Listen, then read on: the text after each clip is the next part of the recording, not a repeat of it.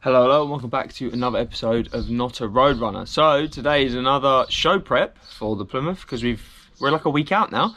But basically, there is a strip on the side of the car which is chrome, which is basically falling off and all peeled. So we're going to be replacing that and hoping it changes the look of the car and makes it look a bit more show ready, I suppose. So let's get to it. So this side of the car is actually the better of the two sides. So I'm going to start on the worst side just to make sure, if anything goes wrong, then I can just leave this side as it is because it doesn't actually look that bad. This side is the one where it's actually hanging off. So this is the side we're going to start on.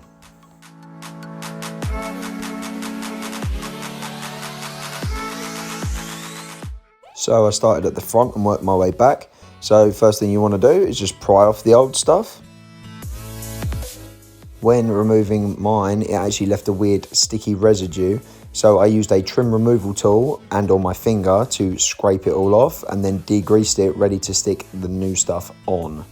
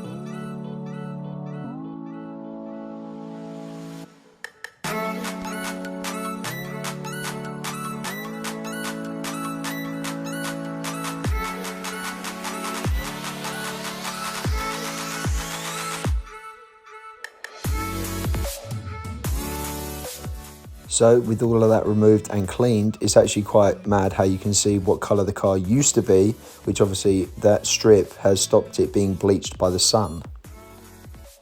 So now we're on to putting the new stuff on. So this has two adhesive strips that are like 3M sticky back on the side. So I peeled it off because I wanted to work with a small amount at a time. So I peeled it off the beginning and just slotted it on. You literally just push it on. The biggest issue was getting it around these tight corners without it twisting or warping, and you'll see later on what the result was of that.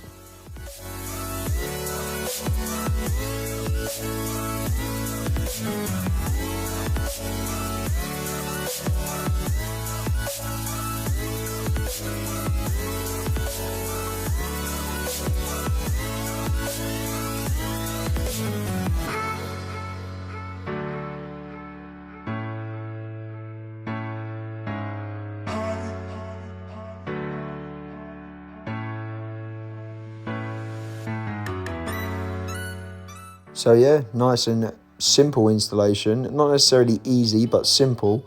But the biggest problem was those curves. And now it is just a rinse and repeat for the rest of the side of the car.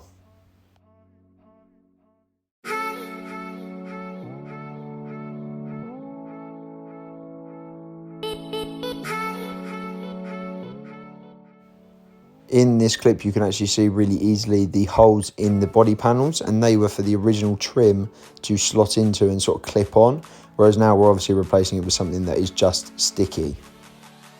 So you probably will notice that the front panel didn't actually have these holes, and that's because it's a 1971 panel, not a 1972, and they didn't have that trim in 1971 as far as I'm aware. So obviously that fender is not original to the car.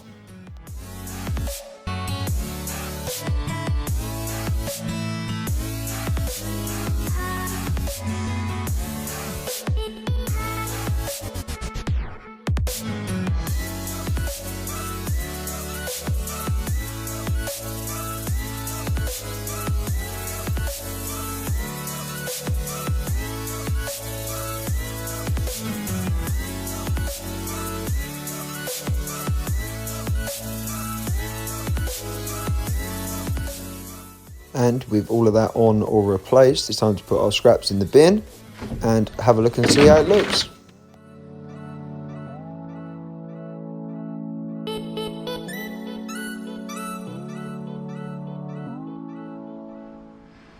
So it's been about a few weeks, and as you can tell, it's coming off, but only really where it's bending, because of this bit here is actually working really well.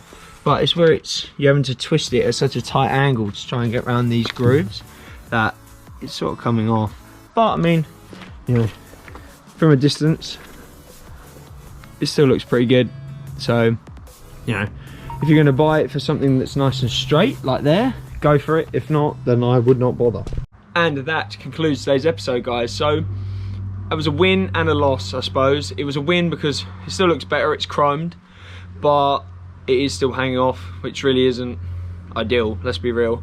I have had so many Googles and so many questions on the forums basically asking if they reproduce this moulding, and they don't do it, and I don't know why, but I don't know, maybe a custom job at some point, you know, once it gets painted and stuff, because obviously right now it'd be wasted. But yeah, it'll do for the minute. Maybe I'll give it another go, like if we have another meet coming up or something, I'll pull that off and put some new on it to see if this time it will stick, but never know. But I hope you enjoyed the episode, guys. I did bring you along for a strange journey, I suppose, and if you liked that video, please like it, comment, and I will see you in the next episode. Cheers, guys.